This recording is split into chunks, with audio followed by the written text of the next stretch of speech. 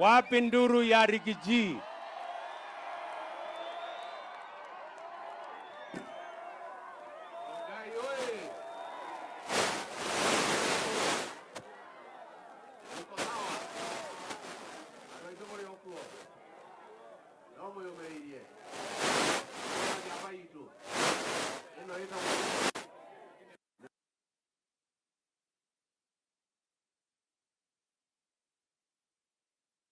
Hapa na rais wetu na tukaomba mtusaidie na kura na mkatusaidia.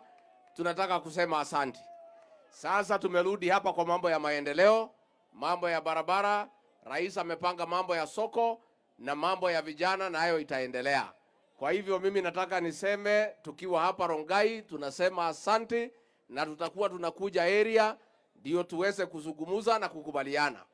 Unajua tulikuwa tumemwambia ile mzee ya kitendawili ataleta kisirani. Si tulimwambia? Ameletea huyu rais kisirani ati anataka handshake. Mnataka handshake? Sasa rais amekaa ngumu na mimi nikakaa ngumu zaidi. Mnataka tukae ngumu ama tukubali maneno hiyo mtu? Tukae ngumu. Sasa anasema ati ataenda Nairobi kuharibu mali ya watu. Ataharibu mali ya nani? Si kama anataka kuharibu mali ya kuja hapa Rongai. Si nyinyi muko? Kwa hivyo sisi tunataka kuambia huyu mzee, wewe kwenda pumzika, patia rais wetu nafasi afanyie Wakenya kazi.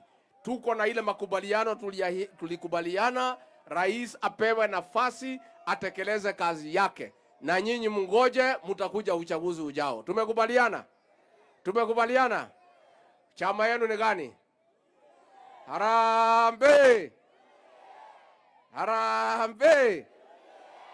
UDA! UDA!